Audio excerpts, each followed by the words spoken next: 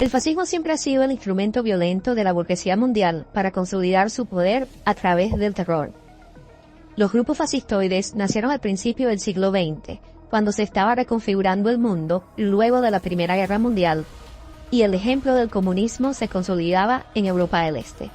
El ejemplo de desarrollo y una nueva concepción del poder que estaba llevando adelante la Unión Soviética suponía una amenaza para el sistema capitalista plutocrático, que ya había llevado a una grave crisis económica a Europa y a Estados Unidos al final de la década de los 20. Para evitar el avance de la alternativa comunista y popular, las élites económicas procedieron con la creación y financiamiento de grupos reaccionarios a través de ideales religiosos y ultranacionalistas, cuya bandera principal era el exterminio de todo aquel que no se hallaba dentro de los parámetros de su pensamiento. Para expandir y consolidar las grandes ideas de estos grupos fascistas en la sociedad, las grandes élites mundiales se valieron del arma más eficaz para ganar la guerra en la mente de los individuos: la propaganda.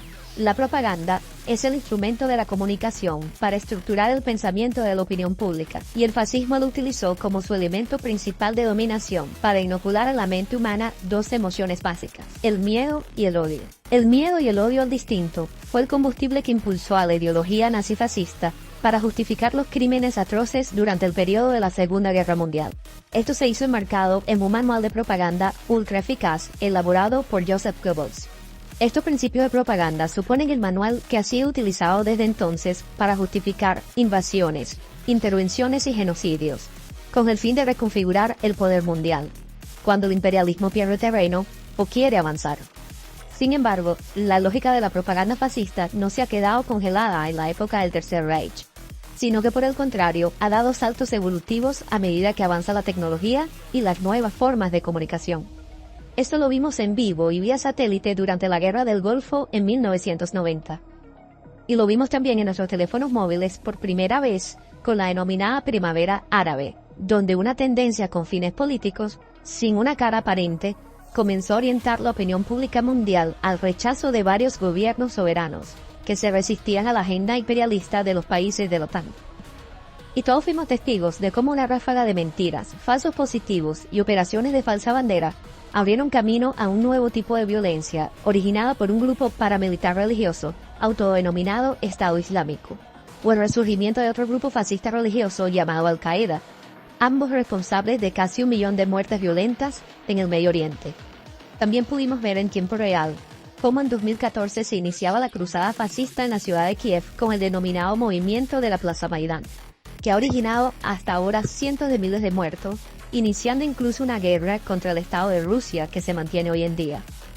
Sin ir muy lejos, en nuestro territorio venezolano, a pocos días de generarse aquella fórmula ucraniana, vivimos en carne propia la violencia originada con la denominada salida, donde la minoría fascista criolla buscaba generar un ambiente de tensión internacional que derivara en una intervención militar de fuerzas extranjeras, tal cual sucedió en Libia, o también la justificación de la conformación de un frente beligerante terrorista como lo ocurrido en Ucrania y en Siria.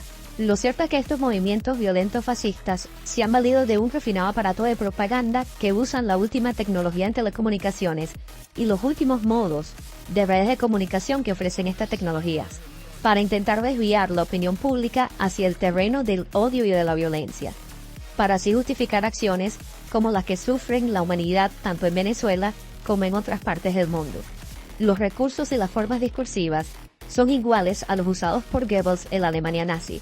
Detrás de este neofascismo están las mismas corporaciones que otrora apoyaron el ascenso y auge de Hitler, y el mensaje es el mismo: mentir 1000 veces para que se convierta en una verdad. Una persona de clase media en cualquier parte del mundo, con acceso a las redes sociales, asume que en Venezuela hay una dictadura, porque ya hasta forma parte de los sustantivos de los titulares utilizados por la gran prensa.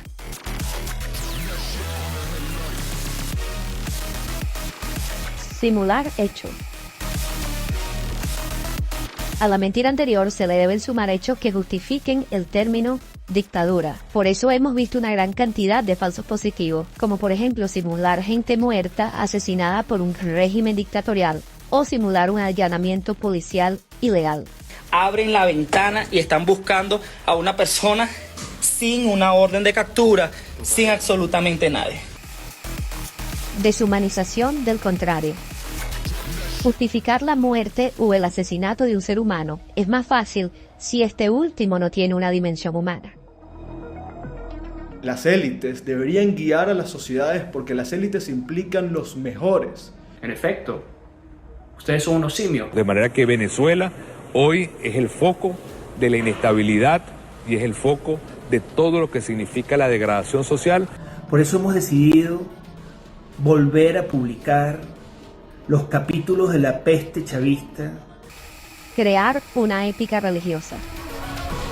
Y esta lucha ha adquirido un nivel y un plano espiritual. Somos guerreros de Dios. Repentez-vous vers votre Seigneur. Decir que es una disputa entre el bien y el mal, que es una lucha espiritual, que quienes la ejerzan tienen una dimensión casi divina por ser guerrero de Dios. El principio de unanimidad. Hacer creer que pensar como ellos es el común denominador. Así ellos podrían imponer a nivel internacional la narrativa de que ellos representan el 70% de la población. Ganamos y todo el mundo lo sabe. Ganamos. Este pequeño resumen nos permite ver cómo el fascismo muchas veces es el primero en adaptarse a las nuevas tecnologías y a los nuevos modos de comunicación de la sociedad, bien sea para imponer sus ideas o para justificar sus crímenes en contra de las mayorías.